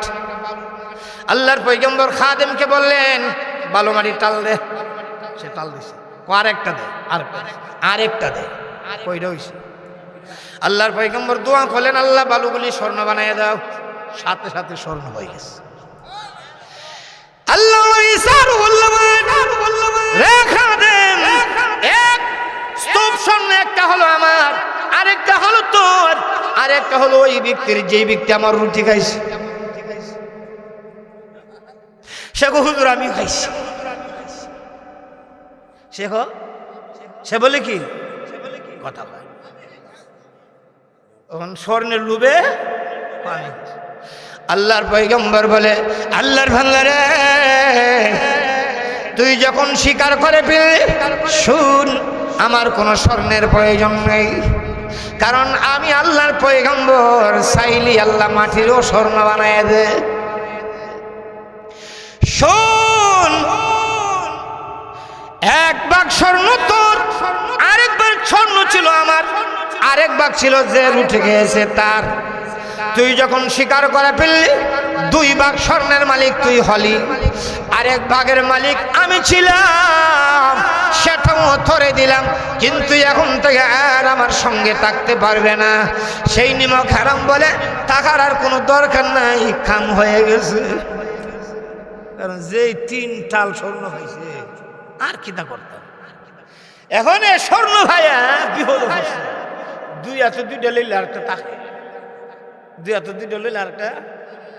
এখন একটা রেট করতে করতে 2জন মানুষ অস্ত্র শস্ত্র লয়ে আইছে। এখন কি রে, তুই স্বর্ণ ভাই সত্য এরা রাত অস্ত্র দিকে ভাই আমার মারিস না, স্বর্ণ তো 3টা, তোরা 2জন, আমি একজন, 3জন, তো মারিস না, 2টা লইয়া যা, তো মারিস না। তারাও দেখছে বিনা যুদ্ধে যখন দেশ হয়ে গেছে না, আর যুদ্ধ করে দরকার আছে, তারা এখন মারামারি করে তো ভাইলাম এমনি। এখন তাহলে আচ্ছা ঠিক আছে, এখন 3জনে 3টা নেয়া, একজন এখন আমরা যে 3জন, তো আমরা যার যার বাড়ি যাবার কিছু খাওয়া দাওয়া করি না, ফেরত তো খিদা আছে। এখন যে 3 ভাগে স্বর্ণ আছে, এর উদ্দেশ্য হলো এই 2জনে মিললে হেরো এটাও বাদ দিলাম। এই জন্যে তারার মধ্যে একজন আমি খাবার নিয়ে আসি, তোমরা এখানে বসো। এ খাবার আনতে গেছে আর মনে মনে প্ল্যান নিছে, স্বর্ণ 3টা আমি নেব। এ খাবার হুটে লিগা ফেট করে খাইছে, আর এদের 2জনের জন্য কি দেখা বলে সেটা বিষ মিশাইছে। এমন বিষ মিশাইছে যেটার গন্ধ নাই, কিন্তু খাইলে শেষ। আর এইদিকে 2জন আছে না, এই 2জন একটা তো 2 ভাগ স্বর্ণ হারাইয়া এর চলতেছে, আবার যেটা আছে এটা রাখো দুস্থ, স্বর্ণ নিলে তুই না 2টা এর দিস না, কি দেখো কই আইলি মারি লেবে, মানে তুই 2টা নিস আর আমি একটা। তারা 2 জনে প্ল্যান নিছে, হে আইলই একটা গদা দিন আর একবারে শেষ করলে। এদের 2 জনের সিদ্ধান্ত হয়েছে তারা মারি লাম, আর এর সিদ্ধান্ত হয়েছে হেরারে বিষ খাবে মারো। এ খাবার লই আইসে হরু একটা দিছে জায়গা মতে 4টে হইরা শেষ। এরা 2 জনে যাই মুখ তো যার জন্য এখন খাই লই, খাওয়ান যখন খাইছে 2 জন শেষ। সেও আসেন লুবি পাইছিনি, সেও লুবি আসেন পাইছিনি, পাইছে শেষ হইছে, তারাও লুবি। আল্লাহ বিশ্বনবী রাহমাতুল লিল আলামিন ফরমান, উম্মতার আল হারিসু মাহরুম, লুবিরা কখনো সফল হতে পারে না। অতএব আল্লাহর কাছে ভরসা করতে হলে লোভ থাকতে পারে না। লোভী কখনো আল্লাহর উপর ভরসা করতে পারে না। যার লোভ নাই, ঈমান মজবুত, সে যখন আল্লাহর উপর ভরসা করে, আমার আল্লাহ ডেকে বলেন ওয়া মান ইয়াতাওয়াক্কাল ফাহুয়া হাসবুহু, আল্লাহ বলেন যারা আমি আল্লাহর উপর ভরসা করবে তাদের জন্য আমি নিজেই যথেষ্ট হয়ে যাই। ভাইয়ার আমার ছোট্ট একটি ঘটনা বলে শেষ করে দিব, আপনাদের অসুবিধা হবে। ঠিক আছে, আল্লাহ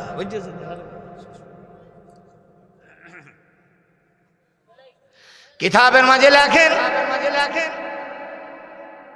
আল্লাহু আকবার,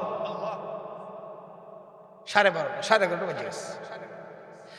কথা লম্বা করতে চাই না, ঘটনা বলবো না, ভবিষ্যতে কোনো দিন সুযোগ পাই তাহলে হবে ইনশাল্লাহ।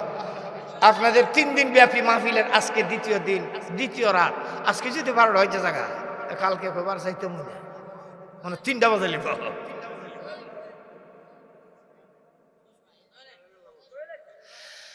ইন্নামাল মুমিনুনা আল্লাযীনা ইযা যুকিরাল্লাহু ওয়াজিলাত কুলুবুহুম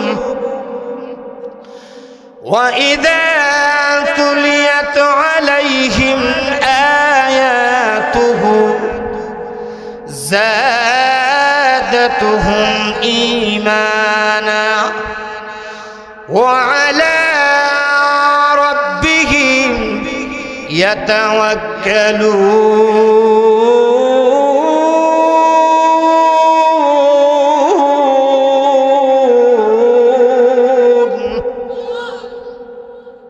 সত্যিকারে মুমিনের কয়টা গুণ? জোরে বলেন কয়টা? এই 5টার মাঝখানেরটা। মুমিন কার উপর ভরসা? না জমিনের, চাকরির, ব্যবসার, নিজের গায়ে শক্তির, ছেলে মেয়ের, কার উপরে? আল্লাহর। আল্লাহ কো মুমিন, তুমি যদি মুমিন হও তাহলে আমার উপর ভরসা। আমাদের ভরসা থাকবে কার উপরে? চিল্লায় আওয়াজ করে বলুন কার? যে কোনো সংকটে বললে ভরসা করব কার উপরে? কার কাছে সাহায্য চাবো?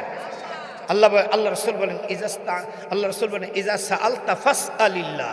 আল্লাহ রসুল বলেন হো মানুষ, ও উম্মত, যদি কিছু চাইতে হয় কার কাছে? আমরা যদি কিছু চাওয়ান লাগে নেতার কাছে, আমরা কিছু চাইতে গেলে কার কাছে? আর সাহাবাই কেরাম চাইতো কার কাছে? আল্লাহর কাছে। সাহাবাই কেরাম বিপদে বলে নামাজে দাঁড়াই দিত, নামাজে দাঁড়াইয়া আল্লাহর কাছ থেকে সাহায্য চেয়ে বিপদ উদ্ধার করে নিত। আর আমরা বিপদে বললি হইলে ওই মেম্বার রে ফোন দা, যে মেম্বার বিপদে হয়ে সাহায্য চাইছে, ওই মেম্বারও তো বিপদ, ওই মেম্বারও কত বিপদ হয়ে রয়েছে, কিন্তু বিপদ নাই কার? আল্লাহর। বলেন কার নাই? মরণ নাই কার? ধ্বংস নাই কার? পরাজয় নাই কার? অতএব সাহায্য চাইতে হলে কার কাছে? কিছু চাইতে হলে কার কাছে? আল্লাহর কাছে। আল্লাহর কাছে আমাদের সর্ব অবস্থা, আমাদের ভরসা থাকবে আল্লাহর উপর। মুমিনের 5টা গুণ, এই 5 গুণের 1 গুণ হলো আল্লাহর উপর ভরসা রাখা। আর আল্লাহর উপর যে মুমিন ভরসা করে, আল্লাহ বলেন তার জন্যে আমি নিজে যথেষ্ট হয়ে যাই। আল্লাহ তাআলা আমাদের সকলকে সর্ব কাজে আল্লাহর উপর ভরসা রাখার তৌফিক দান করুন। সকলে বলুন আমিন। ওয়া আখিরি দাওয়ানা আনিল হামদুলিল্লাহ।